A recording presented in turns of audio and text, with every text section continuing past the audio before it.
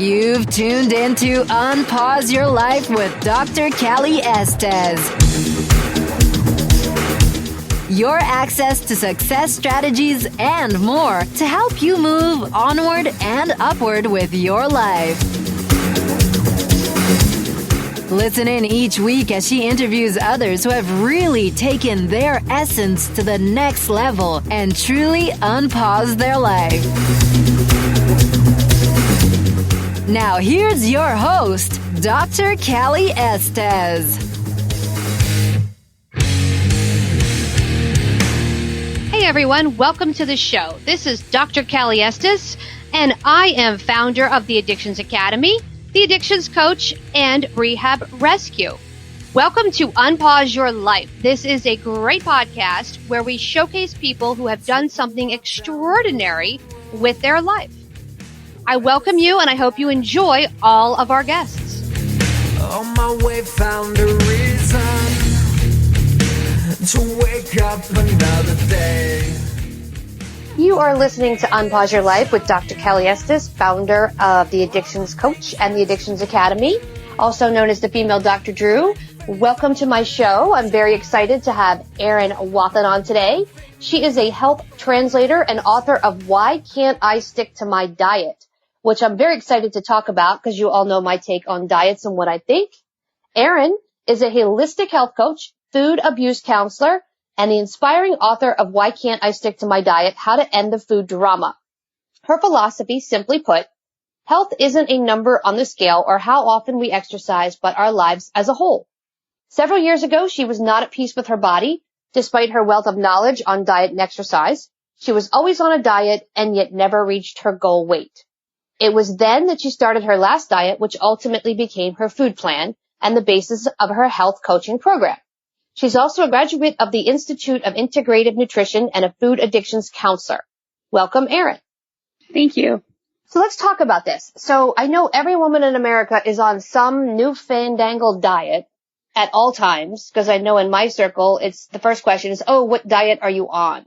So let's talk about how did we get there? But that is a topic of conversation. I think we got there because we're always looking for the magic, and we think the magic is going to be something other than eating sensibly, not going to food when we're not hungry, and that there's always an answer to the question of where's the magic? That the answer is it's going to be found somewhere other than dealing with what's going on in our lives, that there will finally be a way in which we can escape in food. And there really isn't ever going to be that special diet, no matter what Instagram tells you, no matter what pictures you see on Pinterest. And it almost becomes a social connector with women of we've all gone to Weight Watchers, we've all done keto, we've all done the cabbage soup diet, if you're old enough to know what I'm talking about. Oh, I remember the cabbage soup diet. That was disgusting. Yeah. It was really disgusting. But we all are talking about the details and not the problem. The problem we don't like to talk about because the problem is the real nitty-gritty ugly stuff. And that is, quite frankly, we're going to food when we aren't hungry because we don't like something that's bigger in our lives. When it's a lot easier to talk about keto or paleo or whatever was before that I forgot about, or what's ever coming after keto, which you and I both know there's always something after keto. So it becomes a social bonding, and also it becomes bonding when we go off of our diets, right? It's a cheat day. That's what we're calling it this year. So it's cheat days, and then there's also detoxes and resets and whatever the new name is for crash diets. So there's always been crash diets. I don't have a cheat day. Sometimes I have a cheat week. I tell my trainer. I have a trainer, and I was in LA, and he texted me when I was out there. I was getting ready for a TV show, and he goes, what are you eating? And I'm literally eating a cracker, which for him is a no-no. So I'm like, I'm having a cracker. He's like, is it a cheat meal or a cheat day? I'm like, dude, it's a cheat day. We just had junk all day long. And he's like, okay, that is no good. So where did that philosophy of I'm going to be good 5 days out of the week or 6 days out of the week, and then Sunday I'm just going to eat garbage all day come from? Where did that come from? I don't know if anyone will actually take responsibility for that idea, But I do know that it's a really slippery slope, because if you're quote unquote good, what's on the opposite side of good? Bad. And you're, for 6 days or 5 days or whatever your predetermined good phase is, you're probably not eating enough, and you're really looking forward to the bad times, right? Or bad meaning the, good times, whatever you want to look at it. So you're probably dieting or not really eating how you want it to be. And then you saw the cracker and you're like, finally. And whenever we go on that cheat meal, day, week, month, year, not only is it chemically a real burden we're putting on our body, the fat, the processed food, the sugar, psychologically, we're like, oh, these foods are an option again. And even when we decide, okay, that was then, you probably got in a plane to come back to where you are. For the next couple of days, your body was like, wait, where did that instant gratification go? We liked that. Yeah. Sugar, the fat and sugar combo. And then psychologically, you're like, wait, crackers are available to me again. I thought we were stuck eating, meat and vegetables. Like what? Wait, that was fun. Because to you, food and fun were intertwined again. So that's why I really discourage the food idea of cheat days, because it's so much easier if you just sort of work past the idea of food being fun and you try to just look at, food as being food. I'm not saying you eat this miserable diet of, dried out chicken breast and broccoli, but if we stop looking at food to be enjoyment, food to be celebratory, and just sort of look at, let's find a way we like to eat that isn't horrible, but that we can maintain our weight, maintain our mood, satisfies us. We effortlessly can maintain our weight so we can get on with our lives. Because how much bandwidth, emotional bandwidth do we spend obsessing about our weight? I mean, I spent a ton. I used to spend so much time on it that when I stopped doing it, I was able to start a business. So we spend so much time, and I have clients now where, they get close to their weight that they, and I use goal weight loosely as a term, and they start to panic because it's like, well, what am I going to worry about when I get to my weight? And I said, you're probably going to worry about what you should have always been worrying about, what the real problem is, whether it be your mother or your husband, your job, whatever, because it's so much easier to worry about your weight versus your mother or your husband or your job when, it's a lot safer to complain to your girlfriends about the extra 5 pounds versus maybe I'm dating the wrong guy. So it's interesting that you say that weight is tied to, that's emotional eating. So totally eat because I don't like my husband or my boyfriend because it's easier to eat the cake than break up with him. And then also you have a drama you're okay with managing. Mm-hmm. But you also you have the other side, which is the celebratory. So totally. I mean, there's 2 ways emotional eating can happen, right? You have emotions, you eat, right? You have emotions, you go to food, whether it be ice cream or whatever. And you also have, you see food, it makes you feel something, right? So you see a piece of cake, it makes you happy. You see a piece of whatever, it makes you happy. So in either direction, food and emotions are intertwined in a very dysfunctional way. So it is so much easier to do a deep dive into a thing of ice cream than to actually sit with the feelings of maybe my boyfriend and I need to break up. So instead, you bring out the ice cream. You don't even realize you're doing it because I used to do it a million times. And then all of a sudden you wake up when you hit the bottom of the ice cream with the spoon. And then you'll have this complete roller coaster freak out about I ate too much ice cream. The world is ending. Blah, blah, blah. When's the next spin class? And we're used to that. We're comfortable in that. That's familiar. When's the next soul cycle class? ... Versus, am I really supposed to be with him? This is not good. That's scary stuff. That could involve me making a huge change in my life when I'm so much more comfortable with the ice cream stuff. Mm-hmm. I talk about that all the time with my clients is because, I do drug and alcohol, but I also do food addiction. And I see a lot of times people get sober and they reach for food and they say, okay, well, at least I'm not doing heroin. I'm eating sugar. And I'm like, well, wait a minute. Sugar metastasizes like cocaine and detox is like heroin. So let's have conversation. And they say, well, it's legal.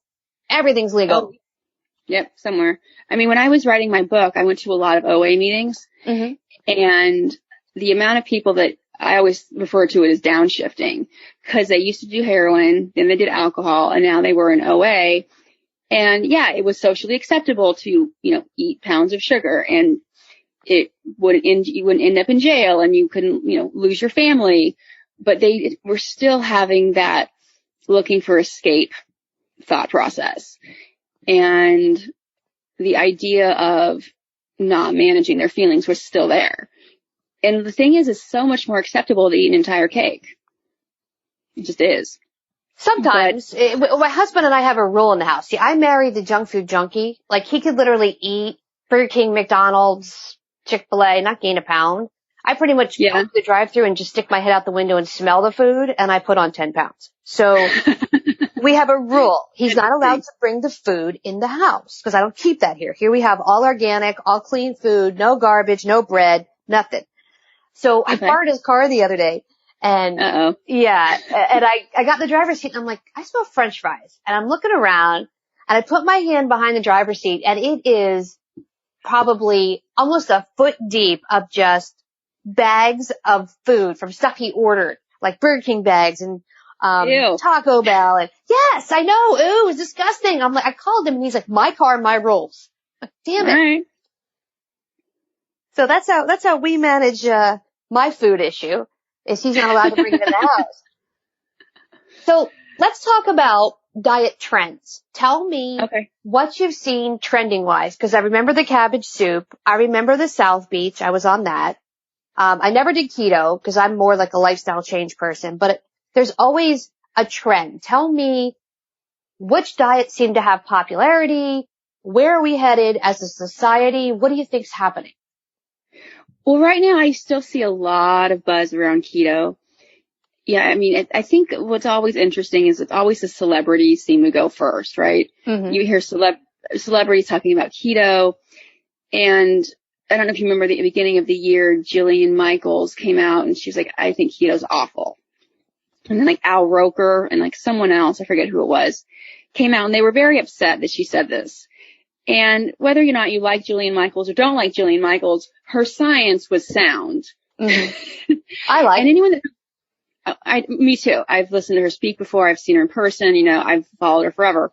But as you and I know, and I don't know how many of the audience members know, the reason why a lot of diets always come out as most recommended, the Mediterranean diet is always one of them, is because there's 3 to 5 years of data of people being able to maintain it at home, because all those are self-reported numbers.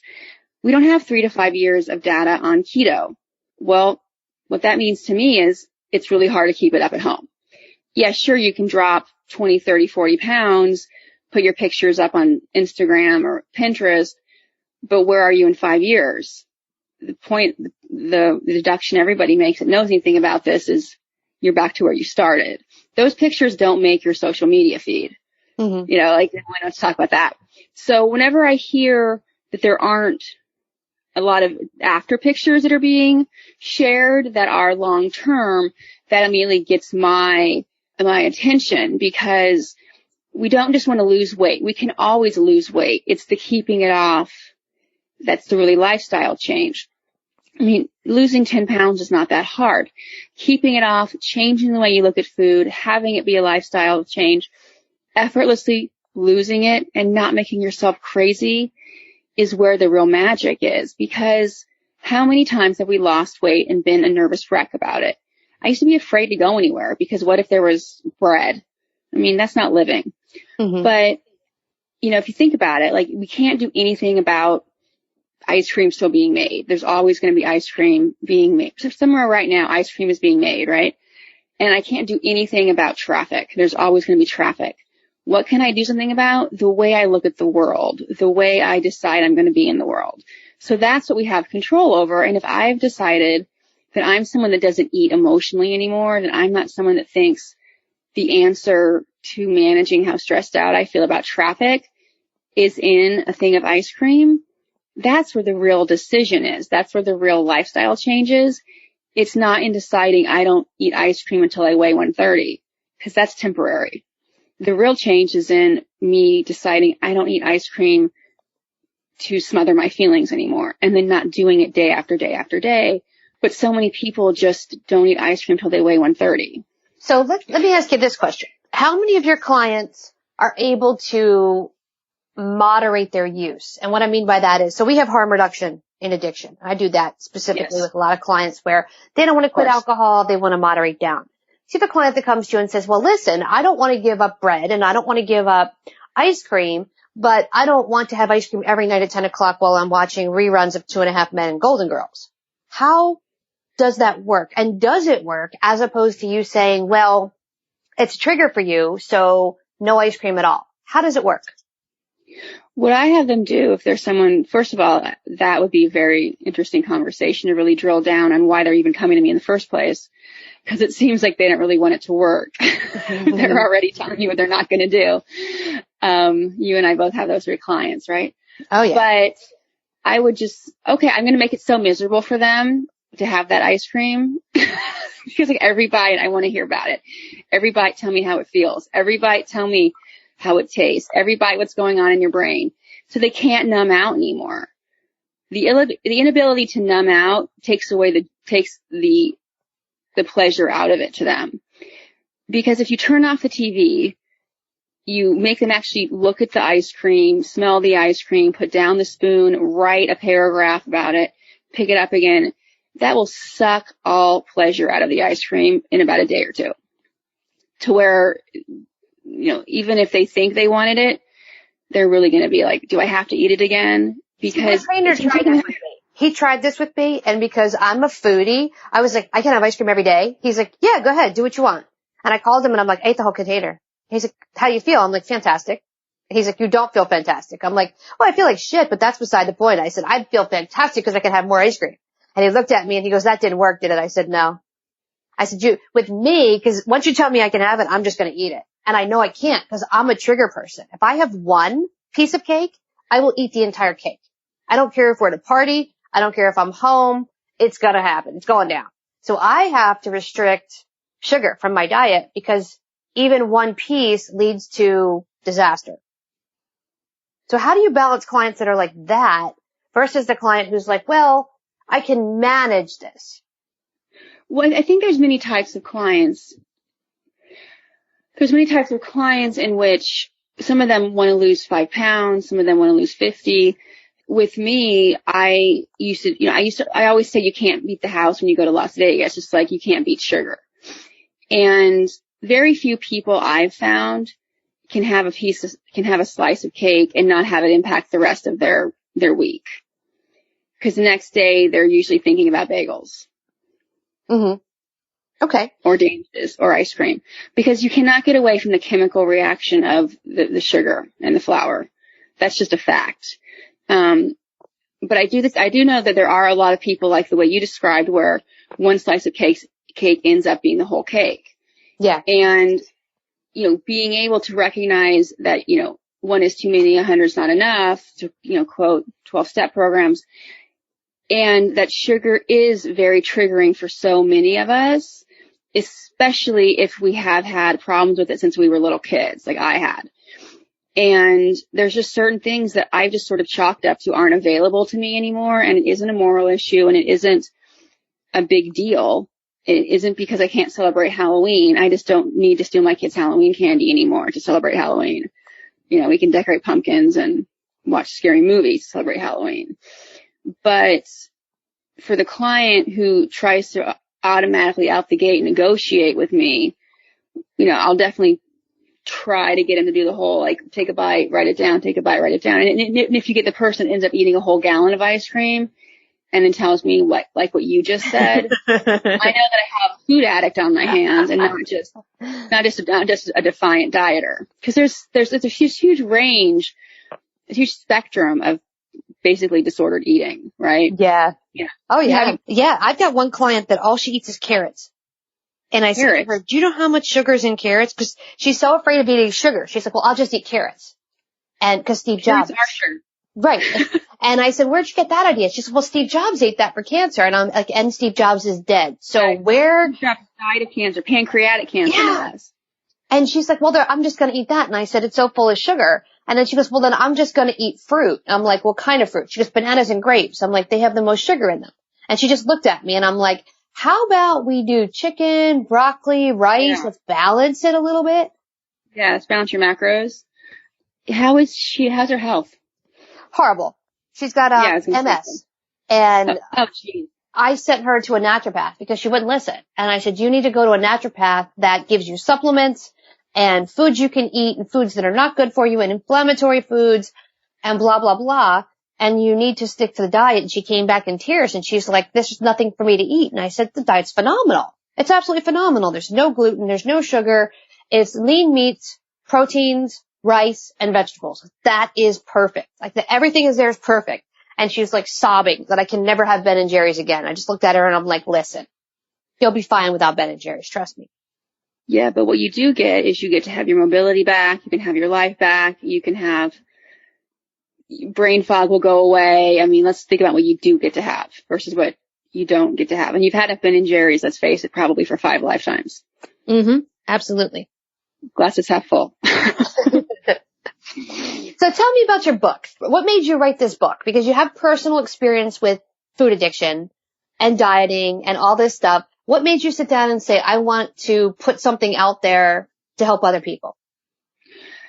A couple things. First of all, I really wanted to write the book that I would have wanted to have had because there really wasn't anything that I found that there was someone that I could relate to that put it in a very user-friendly way. It was a lot of either purely anecdotal from someone that just didn't have any real science behind them, or it was just science. And I was like, well, I don't want to hear that much about, molecules and stuff. Like that was just way too science. So someone that could speak to me, that's sort of like hybrid of both. Mm-hmm. And I didn't want to be on a diet for the rest of my life because that's just depressing because, and I just knew mentally, like, for every diet, there's the undiet. Right. And I had started my path of getting a lot of education, even though I have a master's degree in sociology, undergrad in sociology and master's in human resources. I had just started to get my nutrition and food addiction and life coaching and all the real stuff I use every day with my clients, that kind of education, because that's different than, benefits and employee relations. It's a different skill set completely. So I wanted to be able to explain it to basically like a girlfriend and in a very user-friendly way, but also in a let's cut the crap sort of a way, because oftentimes people only hear what they want to hear. But I'm very much, cheat days don't work because you're just reintroducing it. You wouldn't tell an alcoholic you can only drink on your birthday. Mm-hmm. You just wouldn't. Or on Fridays. Or on the weekends. You can drink on the weekends. I mean, yeah. No, of course not. Or on Christmas. But that's what we tell people that have problems with sugar. That was the first reason. Second reason was I knew women would read things on an e-reader they might not read, say, on the subway after the 50 Shades of Grey phenomenon. Because I remember they were saying how, there were a lot of, reasons why that book did so well, some of them kind of raunchy, but one of the main ones that they were attributing it to was the rise of the e-reader, in which you could be at soccer or on the subway or whatever, and no one would have any idea what you were reading. Mm-hmm. And that really interested me because you did have that privacy finally. And I'm not saying every single person on the subway is reading 50 Shades of Grey, but you can read things now with a little more discretion than you used to be able to. So if you don't want to pick up the paperback that's bright blue and says, why can't I stick to my diet? There's always the Kindle or, iPad option. I thought those two together would definitely, expand my range. And also just because there's a lot of people that don't even know what the problem is. They just know that they've been on a diet since they were 14, like I had been, and they're really tired of it. And where is that magic? Where is it? And the reality I had to come around to finding out, and I know a lot of other people that I've, worked with or met since, is that the only shortcut is to stop looking for it. It's the only thing that works, is to just stop trying to find the workaround. Mm-hmm. And it's not very glamorous, and I'm not going to sell a lot of special food in the grocery store, but just realizing that, like, you can't look for the magic, because there isn't any magic other than knowing you just need to eat right, and find the place where you can be okay with not eating what everyone else is eating. And I'm not saying you have to be a miserable cow at dinner parties and tell everyone what they're eating is going to kill them, because nobody likes that person. Don't be that person. But being okay with not celebrating with food when everyone else is, or being okay with, maybe doing things a little bit differently this year, at Christmas than you did last year, and knowing that your kids are still going to have a good Christmas, because they don't really care what you're eating. No one really cares what we're eating. We think they do, but they really don't. I used to think my kids would care so much if I didn't eat ice cream. They just care if they get to eat ice cream. Well, that's the me-centric society. So as long as I'm taken care of, I don't care what you do. Or if you're going to eat garbage, don't bring it in the house. I say to my husband, and he does it in the car. Until it affects me, I don't care. Totally. But I had convinced myself that if I didn't eat ice cream, my kids are going to be missing out and have this horrible childhood. And then I realized they didn't care at all what I did, as long as they had access to ice cream. Yeah, absolutely. And so more for them. If you're not eating it, more for me. But the thing is, too, what they don't realize is their ice cream opportunities have dwindled down to next to nothing, because I'm not looking for them. But my thing is as a mom, for example, we think there's all these sacrifices we're making for our children. We're just, forcing, being forced to eat junk. No, let's stop lying to ourselves, ladies. We're choosing to eat ice cream, just like we're choosing to eat half the dough when we make cookies.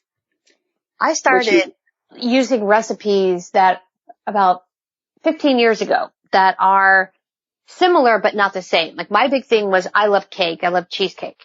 So cheesecake is horrible for you. There's nothing good in cheesecake whatsoever. So I started looking for ways to make, like, cheese pie. So I found, like, a cream cheese, Cool Whip kind of a thing. And I would tell myself, this is cheesecake. And I would eat it. And I would start getting my friends and family on it. I'd be like, this is healthy cheesecake. And I'll never forget, at Christmas time, I went home to visit my family. We're Italian. So, Italians, lots of food, lots of garbage food. And I brought in cheese pie. And everyone looked at me like I was crazy. What is this? This is not cheesecake. I said, just taste it. Everybody hated it. But I at least got them to try it. Now, fast forward now, that's all they make. Because they can have, they don't feel guilty anymore. And they don't, they see better results with it. So I think little changes are good. And I think, if we just start with something, instead of ice cream, try this, try that, we can shift our thinking on what we need. So now if I eat Ben & Jerry's, it's just sweet. I can't do it. It's gotten to the point where, ice cream for me is like 2 bananas and some coconut milk and a little bit of vanilla in the Vitamix. And I blend it all together, and it's like kind of like ice cream, but it tastes like ice cream. That's ice cream now, as opposed to stuff in the store. So I think we can do those kinds of things. What would you tell our listeners if they're listening? Give them some takeaways. What are some things they can do today to start coming off the roller coaster diet, or getting in a different frame of mind, or just changing up their behavior? I always tell people to just really be aware, especially, we're in the summer, and, which always leads to the fall, which leads to Christmas. This is kind of a year-round advice. Just really be aware of how often you're celebrating with food. And I know we're a very social society. You have your cheesecake with your Italian family, and every family has their equivalent of cheesecake. But, in the summer we have barbecues, and, we have football in the fall, and Christmas we have, whatever. But just how often you're celebrating with food. And I'm not saying you can't have that 4th of July special cake, but do you have to have the cake in order to have the 4th of July? You really don't, because it will still be the 4th of July if you don't have a big old slab of that Jell-O cake. You can still have fireworks. You can still have, lightning bugs or whatever you always do, but you don't have to have the big piece of cake, which gives you the stomach ache. That's not part of the tradition, even though you've always done it. So just be aware of how many stories you're telling yourself about food and holidays and celebrations. Because like the thing with the ice cream, that was a story I told myself involving food and celebrating the summer with my kids. That was complete and utter nonsense. And we do that a lot. Like, it's not Christmas unless we make grandma's, cheese ball or whatever it is. It's still Christmas. Oh, no. It's still Christmas. No. Wait. So my grandmother, it wasn't just cheese ball. We had cheese ball, and then we had, because I have one side's Italian, one side's Polish and Slovak. Oh, gee. Yeah. So we didn't make cookies for the holiday. We made cookies in December 1st for the entire month, for the entire town. I mean, we had like dozens in plastic containers. My grandmother would break out this special Tupperware. Like, we had special Tupperware for this. Yes. And the cutout cookies. We had one big thing of just reindeer, and then one of like Christmas balls, and one of something else. And then it was chocolate chip and oatmeal raisin, and then the little peanut butter things with the Hershey Kiss. And it was just dozens and dozens and dozens starting December 1st. So at one point I was eating cookies for breakfast because like, there was no breakfast. We were making cookies 24/7. I don't know what we were doing it for, but we did. So we had all these freaking cookies all the time. And then when I moved out, guess what? No cookies. What? Yeah. I lost weight. And I called my mom and I'm like, Mom, I lost weight. She's like, well, you need to come home then. No, I don't. You people are crazy. I'm not coming over there. Yeah, it's where all the cookies are. No, but my point to you is like, it was still Christmas even though you weren't eating cookies for breakfast. Exactly. But to her, back then, it wasn't. Because, and I finally got her to break that tradition. Because I said, what are you doing? Like, who is eating all this garbage? We, us. Because it's us. And then she would always say, well, what if someone comes over? I'm like, you don't need 500 cookies if someone comes over.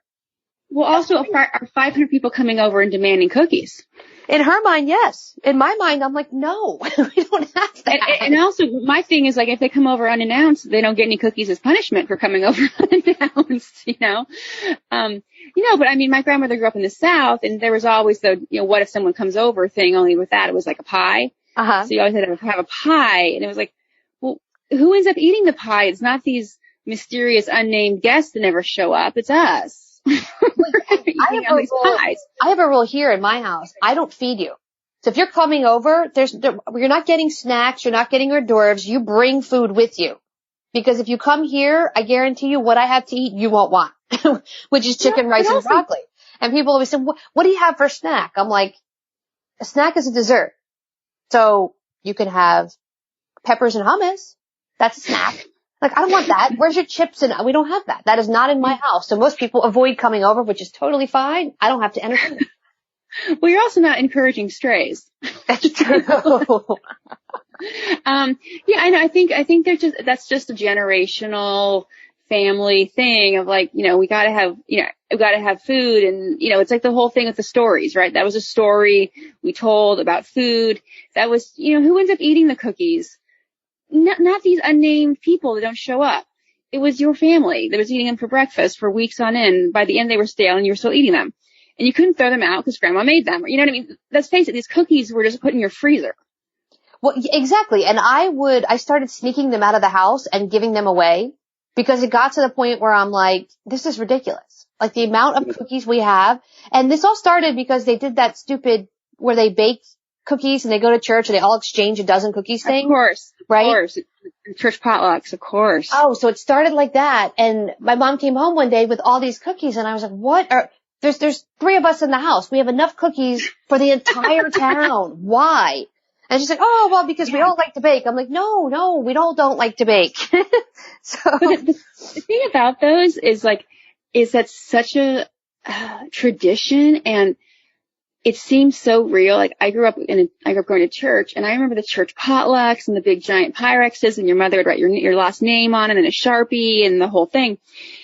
And I just remember my stomach would always hurt after them, but like every first Sunday of the month you'd go and it was all this weird food, and just, why did we do that? I mean, really? But we always did it. So just to circle back to what you were saying, like, celebrating with food, just be aware if you're doing that. Secondly, if you can close your kitchen, meaning stop eating, earlier the better. Like, meaning if you can eat dinner at 6, eat dinner at 6, and just you're done for the day. If that means you're so bored you go to bed at 9, even better.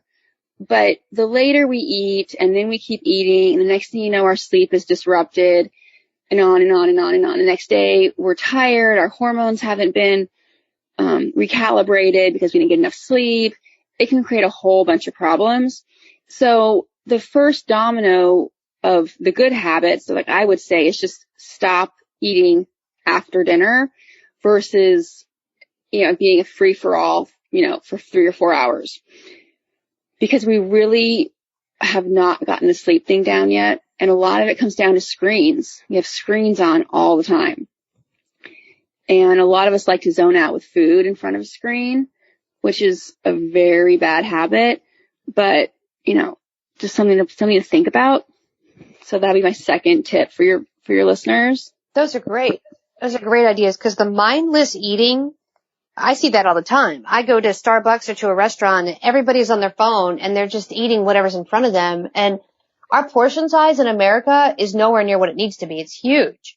And if you're on your screen playing on Facebook or doing whatever, you're not looking at your food. You're not even enjoying your food. You're just inhaling your food.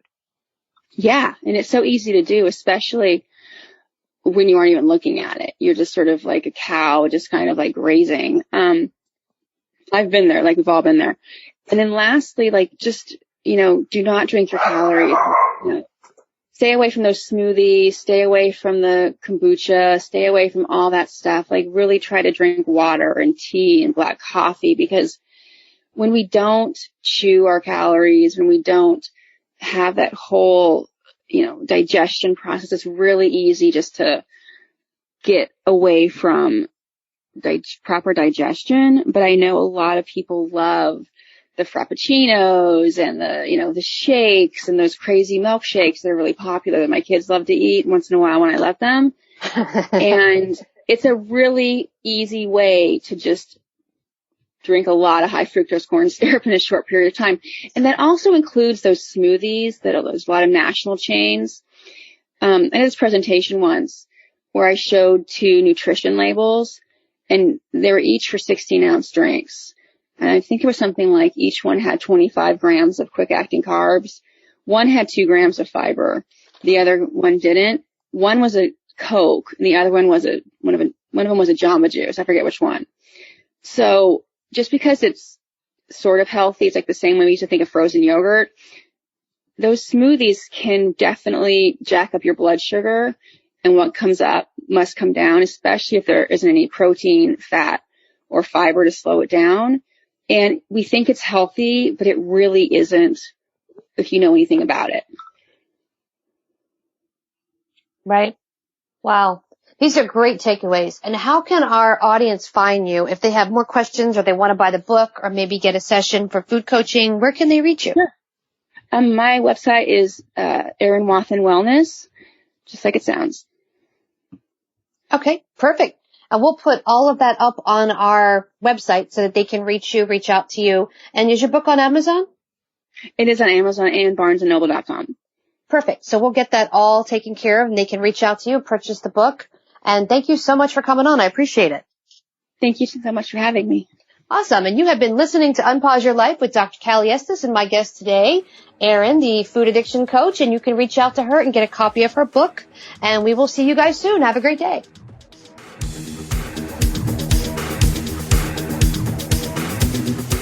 Hey, everyone. Thanks again for listening. I really hope you enjoyed the show today. Head on over to iTunes and Apple Podcasts and leave a comment or review of what you think. Or contact us at 1-800-706-0318. If you want to be on our show, feel free to email or call. And if you have a topic, feel free to email or call as well. Thanks for listening to Unpause Your Life. For show notes and more, head on over to unpauseyourlife.com.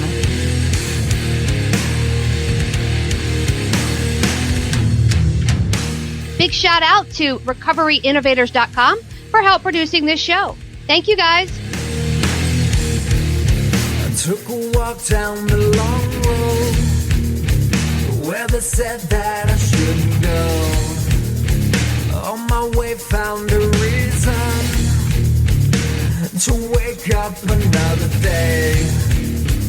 But they needed to show you all the things that you won't do. Find faith or religion, but nothing to show for